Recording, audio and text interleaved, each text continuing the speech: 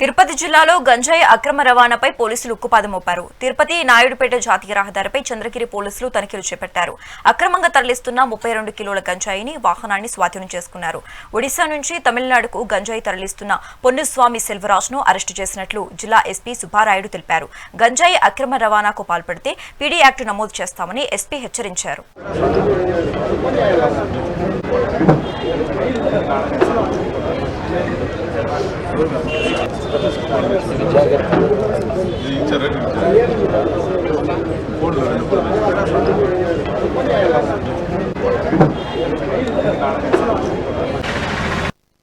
అనుమానాస్పదంగా పొన్నుస్వామి అనే వ్యక్తి యాక్చువల్గా తమిళనాడుకు చెందిన వ్యక్తి ఒక బొలెరోలో వస్తుండడం గమనించి అతనిని కంట్రోల్ తీసుకోవడం జరిగింది. తర్వాత ఆ వెహికల్లో ఎక్కడ కనపడకుండా అతను డాష్ బోర్డు, గేర్ బాక్సు, వెనకాల ఒక టైర్ ఉండే ప్రాంతంలో కనపడకుండా లోపల దాదాపు 31 కేజెస్ గాంజాని దాచి అతను ప్రయాణిస్తున్నాడు.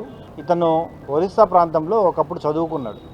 సో ఆ పరిచయాలతో అక్కడి నుండి శివకాశి మరియు తమిళనాడులో ఆ ప్రాంతంలో వారికి అమ్మడానికి ఇతను తీసుకెళ్ళడం జరుగుతోంది. ఇందులో భాగంగా అతని యొక్క కాల్ డీటెయిల్స్ తర్వాత తదుపరి విచారణలో వారికి కూడా తమిళనాడు ప్రాంత పోలీసులకు కూడా సమాచారం ఇచ్చి పూర్తిగా ఈ కేసు విచారించడం జరుగుతుంది.